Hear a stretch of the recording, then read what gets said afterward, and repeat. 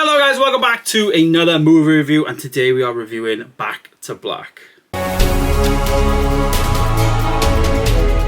Back to Black is the Amy Winehouse biopic movie. This is the, I believe, second or third after Maestro as well, with Bob Marley's One Love biopic of the year that I've reviewed. And here we have watched Back to Black, of course, starring Marissa Abela, who is playing the lead role of Amy Winehouse. We also get Jack O'Connell in there, who's playing Blake Fielder Civil. And yeah, it's a host of British talent, really. Eddie Marsan is playing Mitch Winehouse, who's the father. Leslie Manville, she's playing Cynthia, who is the nan. And Juliette Cohen is playing Amy Winehouse's mum, Janice. Yeah, this is the biopic movie directed by Sam Taylor Johnson, who's directed 50 Shades of Grey.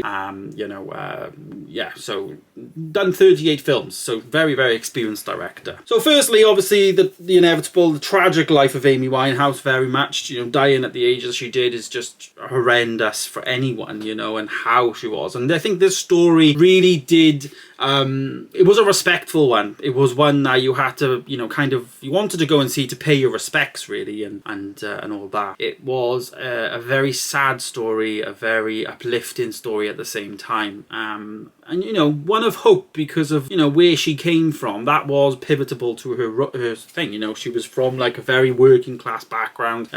She was brought up as a Jew, and she was Jewish, and yeah, it was very, she had a tough upbringing in that sense. She gets in with the wrong people, obviously, and yeah, we all know what happened there. In terms of the film, though, how they portrayed it, I thought it was pretty good in that sense. I think, the actress playing Amy Winehouse herself, I thought was really good, Marissa Abela, and the whole costume, sets, everything was pretty decent in fairness. I wouldn't say it's amazing. It was definitely a lower budget than that we're maybe used to in other films. But it had some very good moments in there, 100%. One critique I do have, though, about the sets was they always feel the need to, like, in these films anyway, I feel like they'll just put, like, the person on a stage and then they have, like, the logo of the bar or the name of the place that they're in right behind them. And I feel like the first half hour, 40 minutes of the film was just, stage, set piece. This is the logo. This is the logo of where they are now. This is where they are now.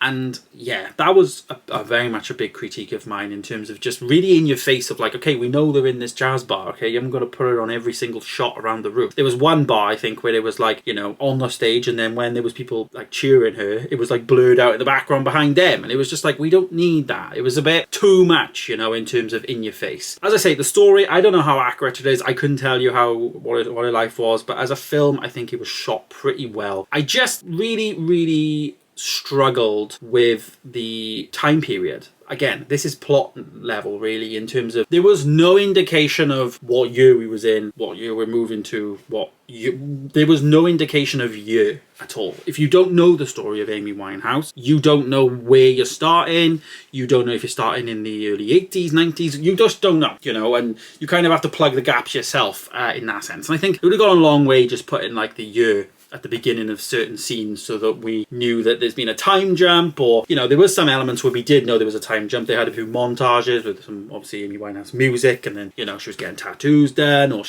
time was progressing, I guess.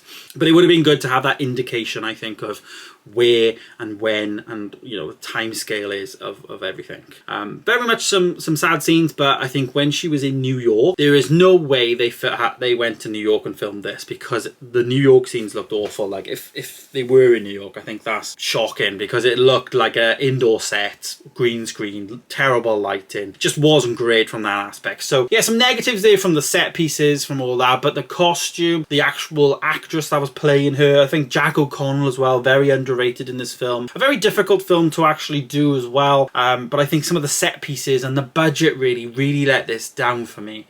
So rating it, I actually gave it a 2.5 star. Again, that one half of the whole film, just the beginning, was really in your face with those really off-putting set pieces of logos and stuff. But the actress Marissa Abela did really well. I think this is like one of her biggest roles, if not her biggest role up to date. She was in the Barbie movie playing a very much supporting cast member, but in this, obviously, this is her type vital role, and I think she did great. She's definitely on to like something here in terms of her career. But I think, you know, she was let down really by, you know, things around her. So an amazing performance from her and Jack, obviously, but I think that's what let it down. But recommend, you should go and see it. Of course, a very tragic story, but one that I think is very important and stuff for people to see. So yeah, there it is, Back to Black, Amy Winehouse's biopic movie. Let me know your thoughts down below. Have you seen it? Are you going to see it? It has been out this weekend, and of course I'll see you in the next one. Goodbye.